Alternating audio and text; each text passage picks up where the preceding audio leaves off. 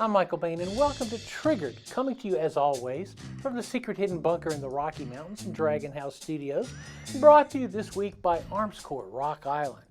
Boy, so much has changed since we started working with the original non-shotgun shotguns, the 26-inch long firearms like the Remington TAC-14 or the Mossberg Shockwave. Now we're all the way to this. This is a Rock Island VRF-14, essentially the state-of-the-art in those type guns. In 2018, I recorded this video, and one thing that has not changed is my own thinking about the utility of these guns.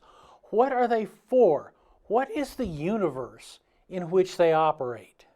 I see it at 5 yards.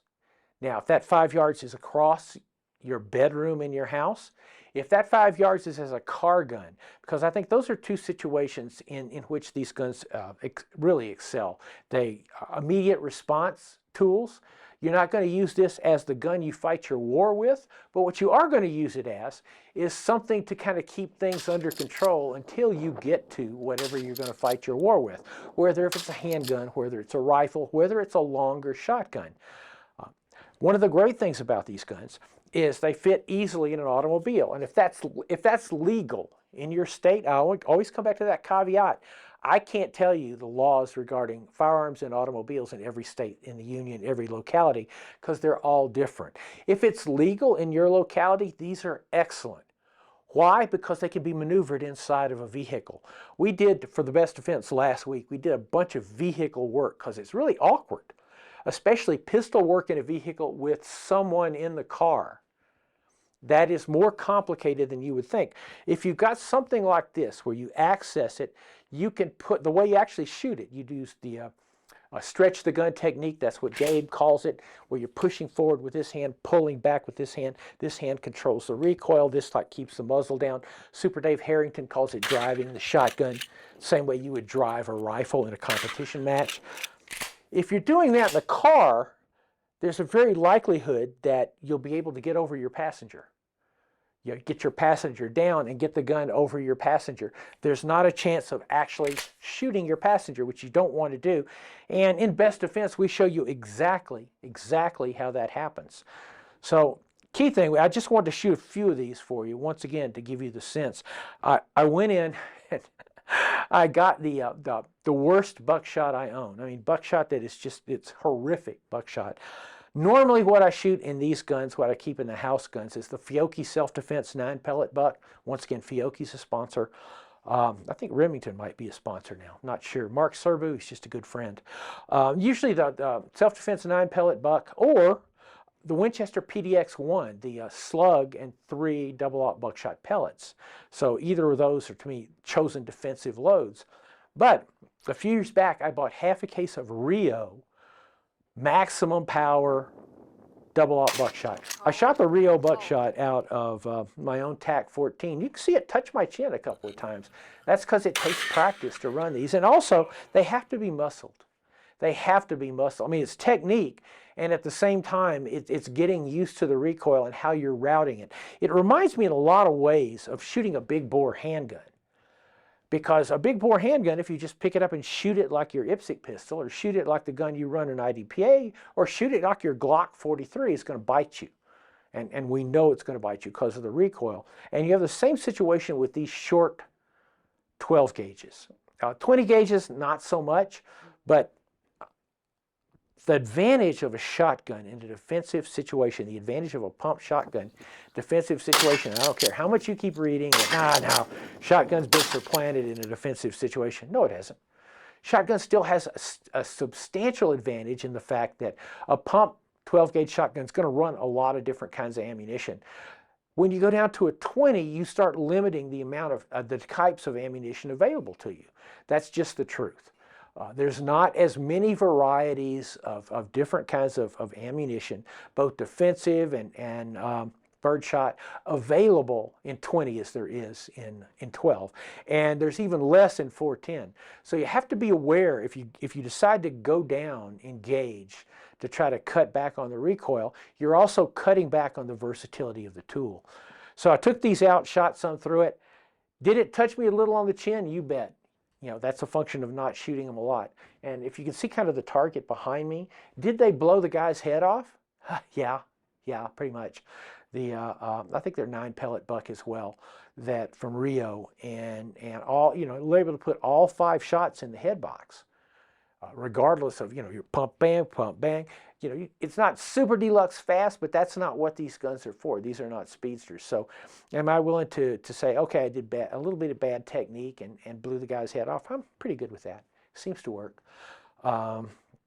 Interesting thing, I wanted to show you, this is just a work in process that I keep meaning to finish, but I'm really busy. And this is high filming season, so a lot of things like this get shunted aside. This was originally one of the pistol grip, kind of had a Packmeyerish kind of soft pistol grip on it. Easily the worst grip ever placed on a shotgun. It's just brutal. Essentially, the full 12 gauge weight comes back into the web of your strong hand, and it just hurts. It's not a good idea for a shotgun.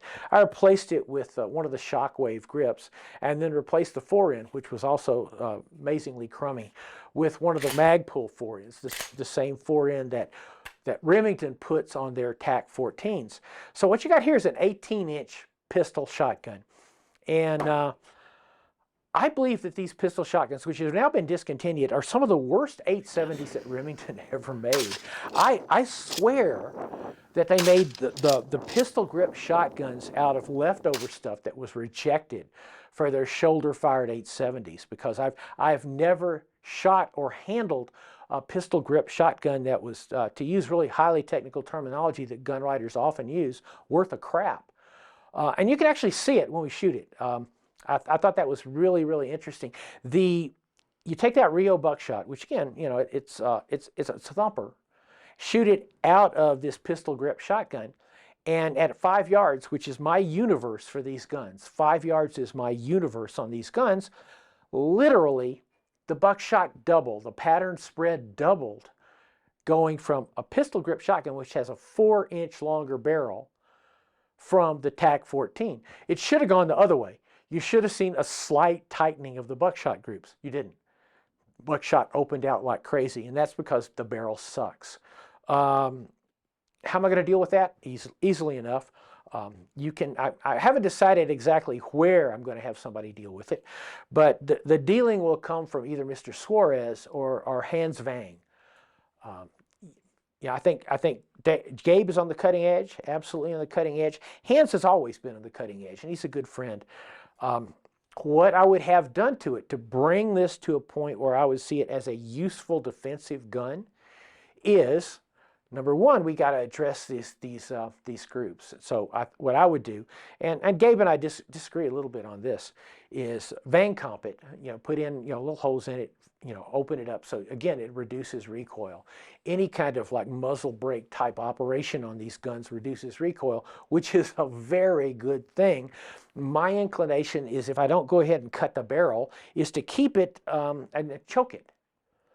Have Hans do his work on the barrel, because I've given Hans 870 barrels that I swear couldn't hit the ground, and I've gotten them back and been able to, using law enforcement buckshot, Remington law enforcement buckshot, get some of the best buckshot patterns at 20 and 25 yards that I've ever gotten out of a shotgun.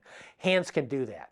So give Hans this barrel, let him go ahead and Vang comp it, let him do a little bit more work on kind of the back end here, and then put a choke in it. Screw in chokes, wind chokes. Typically, do I need that? Definitely no, but maybe. No, but maybe, if that makes sense. Gabe has been very adamant that it doesn't really need to choke a short barrel 12 gauge, because you're using it in a very short context, just in a short context. So eventually this gun will be something really spiffy. And again, I haven't made the decision to cut the barrel, because it's kind of the office gun. This is not hugely harder to shoot, hugely heavier than a TAC 14.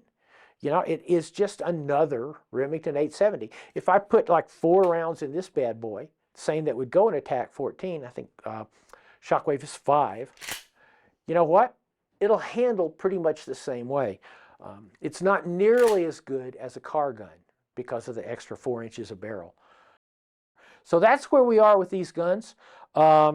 I'll keep you informed as I move forward on this pistol grip guy once we get past all this heavy-duty filming. And it's worth having. This week's Triggered is brought to you by Armscore, Rock Island Armory. What's your passion? Taurus, USA. Always ready, always bring it. Stoker, everyday tough. SDS Imports and the Thesis PX9. Thesis means quality. Hunter's HD Gold. They change so you don't have to. This is our Your Best Defense segment here at Triggered, and this is the shotgun I was talking about in 2018, and yes, it's gone through some changes, not at all like what I expected to do. It now has a folding stock. This barrel is a Carlson replacement barrel, 870 replacement barrel, that I got really cheap because it was damaged, blemished. It has rifle sights, but instead of being a rifled barrel for slugs, it has a rifle choke. So basically, you can run slugs in it, you can use other chokes, smooth bore, you can run buckshot, whatever. That makes this an excellent utility shotgun.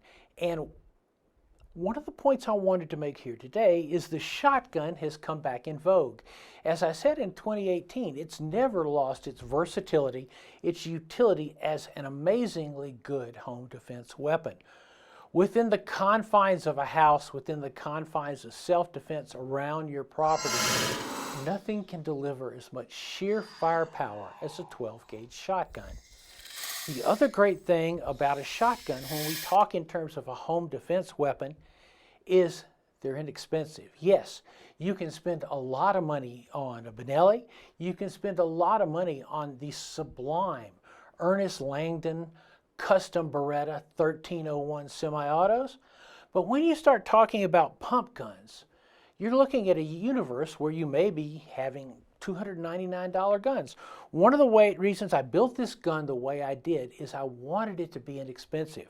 I wanted to show you a utility shotgun that doesn't bankrupt you. This was originally a Remington pistol grip shotgun, which, as I've said, is the bottom of the line. It's now folding stock, which makes it easy to store, easy to carry if I'm on the road. With this particular barrel, I have rifle sights if I want to shoot a slug at some distance, or I can simply change out the choke and be able to shoot buckshot, regular shot, anything like that. People have asked me, does the rifle sight distract me when I'm shooting shot? No, I was a 3-gun shooter. I spent a lot of time shooting shot, buckshot, slugs out of a rifle-sighted shotgun. It doesn't bother me at all. So I probably have about $300 in this gun total.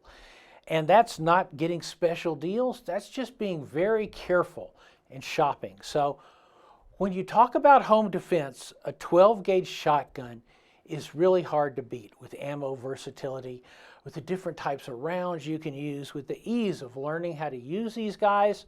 So that might be the very first thing on your list. I'm Michael Bain. This is Triggered, brought to you this week by Armscore, Rock Island Armory. You can, of course, find us at michaelbain.tv, where we'll have links and you can see the specific items that we have here. You can also find us on YouTube. You can find us on Rumble. We'll see you next week.